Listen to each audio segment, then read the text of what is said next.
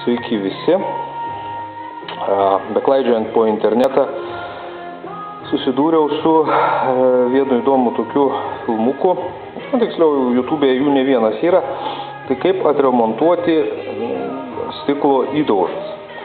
Aišku, įsigyti teko internetu šitą rinkinuką. Aišku, mano stiklas irgi padužęs yra, va.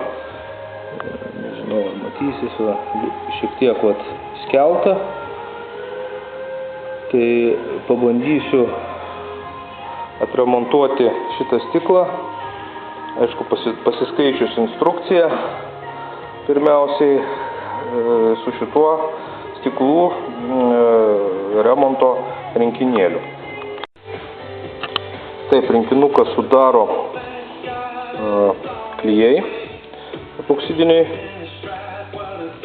švirkštas vakuumavimui, slėgimui, dvi klijuojamos pagalvėlės, pagrindas, prie kurio prisisuka švirkštas, peiliukas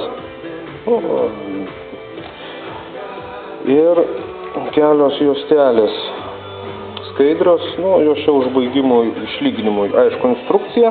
Ir kaip pastebėjau, su šituo rinkinuku galima sutaisyti dvi įdaužas. Vat šiuo metu aš ir pabandysiu, skaičius instrukciją, atlikti stiklo remontą.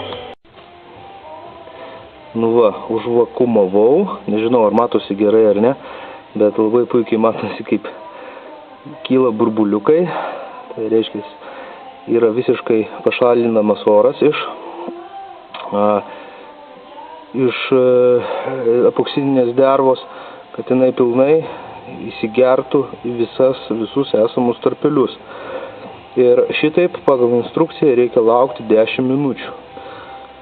Po 10 minučių reikia nuimti švirkštą, pakelti jį iki maksimumo, susukti ir suslėgti, tam, kad užsipildytų visi esami įdaužos tarpeliai šitą epoksidinę dervą. Aišku, šitą epoksidinę dervą, galbūt aš suklysiu, kad jinai epoksidinė, bet šita derva yra ganėtinai skysta kaip vanduo.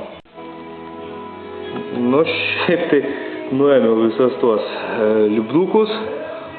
Nežinau. Aišku, per fotoaparatą labai taip idealiai negaliu nufilmuoti, bet šiaip tai vizualiai įtrūkimo kažkokio tai aš nematau. Absoliučiai. Žodžiu, pavyko kažkas tai padaryti, bet toliau, reiškia, pagal instrukciją reikia išvaryti automobilį į lauką, nes šitie klijai reaguoja į ultravioletinius saulės spindulius ir saulėtą dieną užtenka 15 minučių palaikyti ją, apsiniaukusią dieną reikia laikyti apie valandą laiko su šita vat juostelė.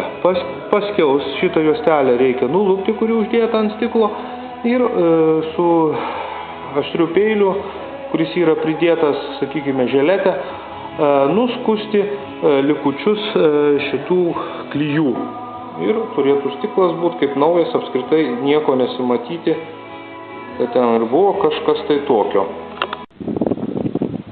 Pavyko suklijuoti įdaužą, nežinau, atvirai pasakius, labai nedidelė žymelė, matosi, kad ten buvo kažkas tai, bet skaidrių klijų yra užpildyta, tai praktiškai net nieko nesimato, tik tai vat gal kampų šiek tiek pakreipus kažkas tai va pasirodo, bet vat kaip prieš tai buvo, va šviečiu ir nieko nesimato absoliučiai.